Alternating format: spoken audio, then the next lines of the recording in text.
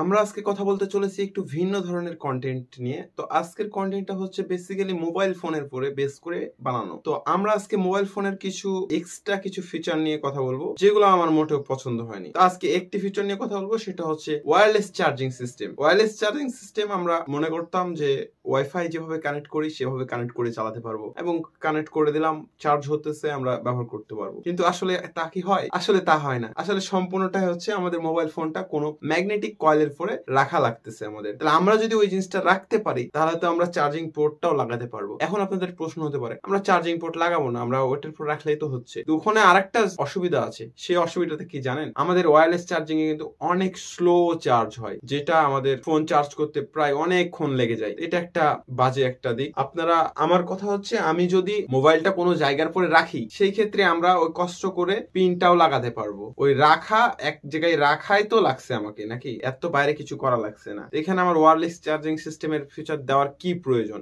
এখানে একটা এক্সট্রা কোম্পানিরও দিতেছে এবং কাস্টমারের একটা অতিরিক্ত অর্থ খরচ হইতেছে। তো এই জিনিসটা আমার কাছে ভালো লাগে না। ফোনের বিষয়ে ওয়্যারলেস চার্জিং সিস্টেমটা আমি সাপোর্ট করি না ফোনের ক্ষেত্রে। তো এই ছিল আজকের ভিডিও। যারা যারা আমার ভিডিও রেগুলার দেখেন এবং আর যারা নতুন দেখতেছেন তারা আমার চ্যানেলটি অবশ্যই সাবস্ক্রাইব করে রাখবেন, কারণ এরকম আরো ইনফরমেশন আসতে চলেছে। তো আজকের ভিডিওটা এ পর্যন্ত। তো সবাই ভালো থাকবেন, সুস্থ থাকবেন। আল্লাহ হাফেজ।